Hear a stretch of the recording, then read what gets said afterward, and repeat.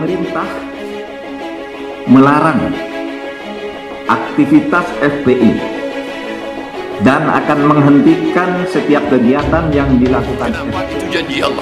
Wa may yartadda minkum an dinihi, siapa yang murtad dari agama ini, na'udzubillah na'udzubillah na'udzubillah, fasawfa ya'tillahu biqaumin, Allah akan ganti dengan kaum yang lain.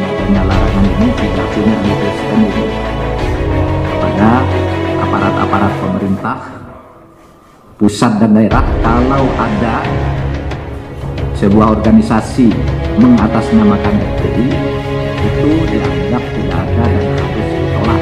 Nah, legal standing tidak ada. Kalau ormas-ormas ini diabaikan, tidak dipedulikan, itu yang menjadi maling kundang. Kalau orang menjadi maling kundang, maka kemudian cepat atau lambat itu akan dapat hukuman seperti maling kundang di dalam cerita maling kundang.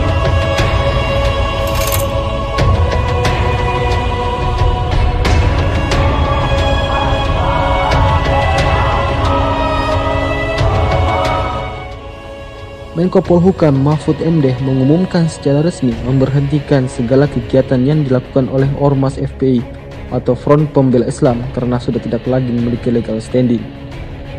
Keputusan itu telah disetujui oleh 6 pejabat tertinggi di kementerian, diantaranya Menteri Dalam Negeri, Menteri Hukum dan HAM, Menteri Kominfo, Jaksa Agung, Kapolri, dan Kepala BNPT.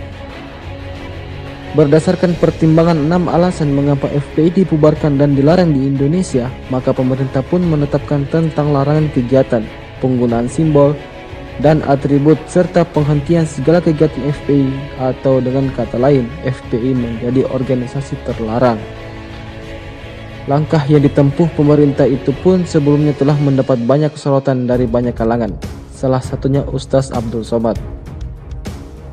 Baginya, meskipun pemerintah membubarkan ormas-ormas Islam, akan tumbuh lagi ormas lainnya. Hal itu disampaikan setahun yang lalu saat tanya jawab dalam ceramahnya yang diupload melalui akun pribadinya. Yang benar saja, terbukti setelah Front Pembela Islam atau FPI ditetapkan sebagai organisasi terlarang, muncul kembali Front Persatuan Islam. Mengganti diksi pembela menjadi persatuan tentunya memberikan kesan pemerintah sedang bermain-main dengan umat Islam. Ormas-ormas Islam ini tidak bisa dihabisi dengan apapun. Andai dibubarkan HTI, FPI, NU, Muhammadiyah dibubarkan, naik PKI, bubar semua, tetap akan muncul lagi. Muncul. Kenapa? Itu janji Allah. Wa may yartadda minkum an dinihi, siapa yang murtad dari agama ini, na'udzubillah na'udzubillah na'udzubillah, fasawfa ya'tillahu biqaumin, Allah akan ganti dengan kaum yang lain. Maka tak pernah ada hilang. Pergi saya ke Makassar, ada kelompok yang suka pengajian, mereka undang ustaz. Pergi saya ke Pontianak, ada kelompok yang suka pengajian, mereka undang ustaz. Pergi saya ke Palembang, ada kelompok suka pengajian, mereka undang ustaz. Pergi ke Cibubur, ada kelompok suka pengajian, mereka undang ustaz. Kelompok-kelompok ini akan tetap terus ada. Mereka bukan ustaz, mereka insinyur, mereka dokter spesialis, mereka orang-orang kaya konglomerat, tapi jiwa mereka jiwa ustaz. Casingnya tidak ustaz, celana jeans, bajunya jaket kulit, tapi signalnya ustaz. Ada pula bajunya koko, isinya hantu. Anak-anak bapak ibu yang tak punya bakat jadi ustaz, tak perlu dia jadi ustaz, tapi dia akan mengundang para ustaz di masa akan datang, mengajarkan talaqi hadis, mengajarkan tajwid, mengajarkan bagaimana membaca Quran yang benar.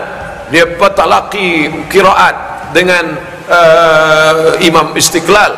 Itu yang penting ke depan. Apa makna kemenangan? Sikap pemerintah akhir-akhir ini terhadap ormas Islam memang sedikit berbeda. Kondisi itu terbaca oleh Guru Besar Universitas Islam Negeri Syarif Hidayatullah Jakarta Azumardi Azra, bahwa memang pemerintah terkesan mengabaikan ormas-ormas Islam.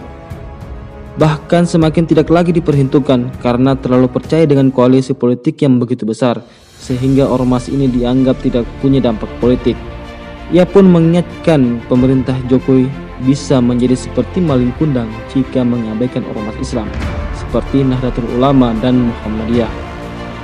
Ormas-ormas Islam ini itu kan memang semakin tidak lagi diperhitungkan ya, tidak dipertimbangkan karena terlalu percaya dengan koalisi politik yang begitu besar,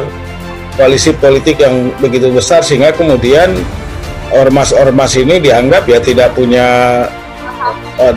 dampak politik sama sekali. Jadi kalaupun diabaikan tidak apa-apa. Tapi saya kira ini satu hal yang keliru ya di dalam tidak memahami sejarah, tidak memahami sosiologi masyarakat Muslim Indonesia atau masyarakat Indonesia secara keseluruhan ya, tidak memahami itu. Karena apa? Karena saya kira pemerintah itu kalau mengabaikan NU Muhammadiyah itu menjadi ibarat malin kundang ya, menjadi malin kundang dia, orang yang durhaka pada orang tuanya lah dalam tanda kutip ya. Karena apa? Karena kontribusi ya ormas-ormas Islam terutama NU dan Muhammadiyah ini kan besar sekali dalam bidang pendidikan, dalam bidang orang menyebutnya, kalau studi dari Bob Hefner itu, Profesor Bob Hefner dari Boston University, memiliki peran yang sangat besar di dalam membangun, menumbuhkan, dan membesarkan civic culture, budaya kewargaan, yang kemudian dari budaya kewargaan itulah kemudian bisa terbangun civility.